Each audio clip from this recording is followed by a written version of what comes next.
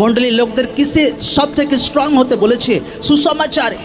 যে সুসমাচার তোমরা পেয়েছো, যে কারণে প্রভুতে এসেছো, প্রভুকে তোমরা জেনে যে প্রভু আমাকে উদ্ধার দেওয়ার জন্য নিজের জীবনকে ক্রুশে দিয়েছে, তার পবিত্র রক্তকে ঝরিয়েছে, চাবুকের ঘা খেয়েছে, সেই সুসমাচার নিজে পেয়েছো, সেই সুসমাচারেও টিকে থাকো, সেই সুসমাচার দুঃসাজনকে দাও।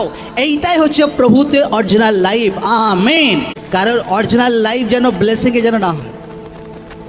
লোকরা ধোকা খেলে কি ভাবছে আশীর্বাদ আশীর্বাদ আশীর্বাদ আসবে তবে খুশ, ব্লেসিং আসবে তবে খুশ।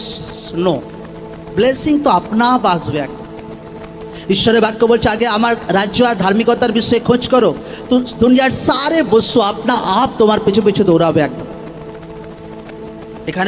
এখানে সাধু পৌল মণ্ডলীকে প্রভু যীশু খ্রিস্টের পুনরুত্থানের বিষয়ে শেখাচ্ছে যে প্রভু যীশু যদি বেঁচে উঠেছেন তো তোমরাও আশা ছাড়বে না, ঈশ্বর তোমাদেরকেও শেষ দিনে বাঁচিয়ে তুলবেন।